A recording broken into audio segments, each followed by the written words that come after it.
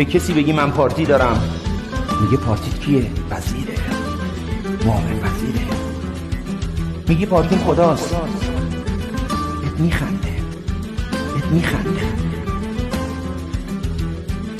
ولی تو روی حرفت وایسا. الذين قالوا ربنا الله ثم استقاموا تتنزل عليهم الملائكه الا تخافوا ولا تحزنوا وابشروا بالجنه التي كنتم توعدون. وقتی گفتی خدا وایسا رو حرفت و خداوند اعتماد تو رو هیچ وقت خراب نمیکنه.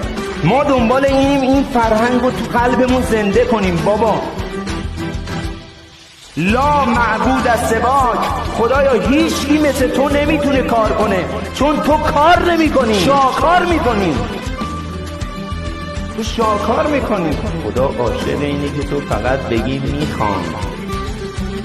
تو از این که اصلا میگی نمیخوام ناراحت